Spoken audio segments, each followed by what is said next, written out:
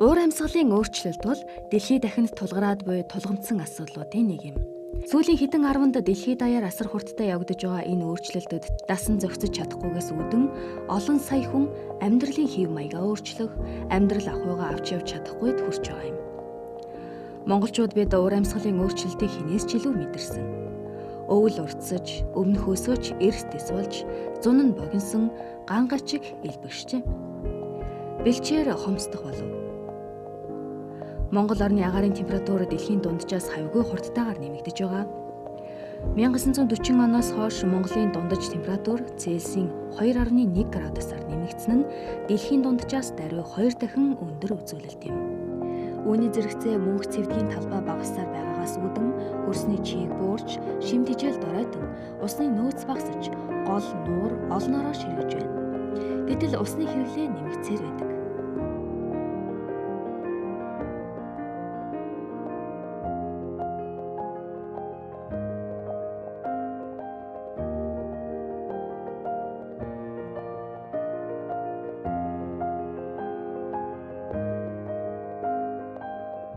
Уур амьсгалын өөрчлөлт нийслэл Улаанбаатарт хүчтэй мэдрэгддэг.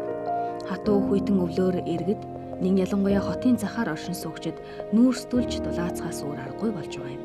Үүнээс болон нүүрсний цахилгаан станцуудаас үүдэн Улаанбаатар хар утаан хүчлагтай болсон.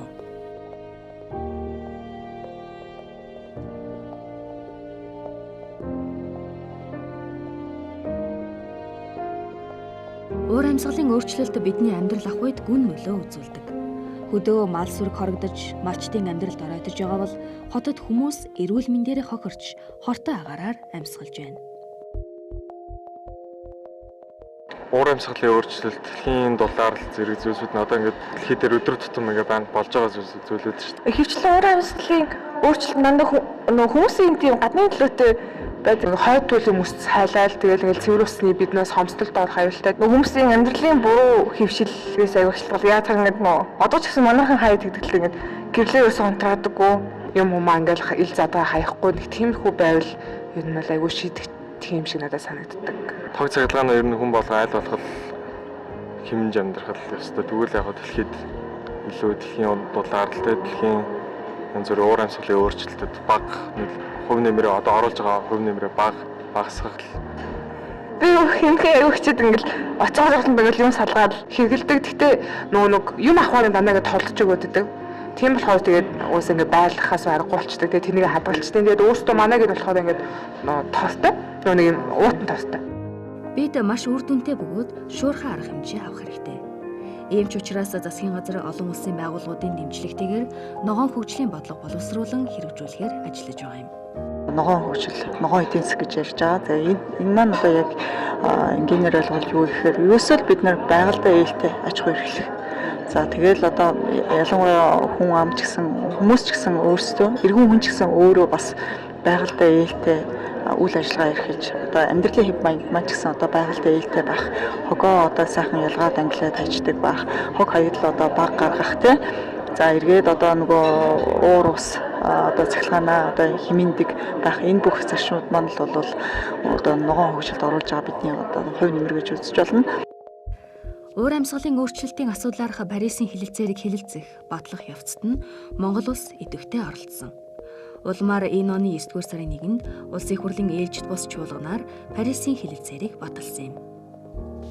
Монгол улс 2030 он гэхэд хүлэмжийн ялгарлыг 14%-аар бууруулна гэж тооцоолон байгаль орчин аялал жуулчлалын яамнаас дэлхийн уур амьсгалын өөрчлөлтийг сааруулахад Монгол улсын оруулах хувь нэмэр хэмээх баримт бичиг боловсруулан нэгдсэн үндэсний байгууллагад хүргүүлжээ. Сэргээгдэх эрчим хүчний үйлдвэрлэл, цэр одоо эрчим хүчний үйлдвэрлэлийг болоо нэмэгдүүлэх, эргээд одоо эрчим хүчний үр ашгийг болоо одоо сайжруулах. За бидэнд хамгийн их байдаг энэ түүхийн нөхцөлийн баялаг байгаа. Тэгэхээр энийг одоо боловсруулж одоо цэвэр түвш үйлдвэрлэх, эргээд одоо бас нөгөө нэг те энийг одоо хийгүүжүүлж одоо хийн одоо түвш гаргаж авч энийг эргээд одоо бас халаалтанд одоо хэрэглэх мэтлэнгийн арга хэмжээнүүд Хэдийгээр олон төрлийн ажлууд хийгдэж байгаа ч үр дүн гарахад их хугацаа хэрэгтэй. Хэрэгжилтэнд хангалтгүй олон хөтөлбөр бий.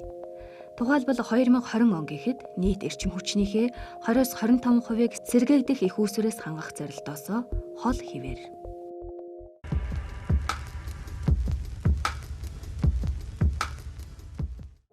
Тэгэхээр эдгээр ажил хизээ үр дүнгээ өгөх бол хэмээн хүлээсээр байх уу? Өөрчлөлт хаанаас ирэх вэ? Залуусал өөрчлөлтийн дуу хоолой, уур амьсгалын өөрчлөлтийн эсрэг тэмцэх хүч болж чадна. Монголд байгаль орчноо сайжруулахад чиглэсэн цөөнгүй групп байдаг. Энд My Club-ыг жишээлж болно. 2006 онд байгуулагдсан клубын дийлэнх гишүүд нь залуус, оюутнууд. Клубийнхэн нийслэл, орон даяар мянган мод тарьжээ. Агаарын чигшил буурахын хэрээр ой хэрийн түмэр олширч, ойн бүс жил бүр тэг 146% багасж байгааг их тооцоовъя. Харин их хэмжээний мод тарьж, арчлан ургуулснаар хүлэмжийнхийг шингээгчийг нэмэгдүүлэх боломжтой юм. Залуус уур амьсгалын өөрчлөлтөд хүн бүр буруутай, бүгдийнх нь асуудал гэдгийг, тийм ч учраас хувь хүн бүр үүний эсрэг тэмцэх шаардлагатайг харьцангуй ойлгодог болжээ. Байгаль дэлхийд өөрөмсөг хандхад уриалсан селфи челленжүүд үүний нэгэн жишээ юм. Уур амьсгалын өөрчлөлтөд дасан зохицох хөтөлбөрүүд иргэдийн дэмжлэггүйгээр урагшлахгүй.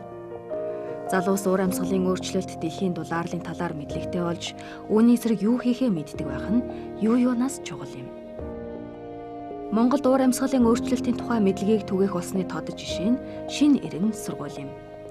Тус сургууль 2012 онд эко сургууль болжээ.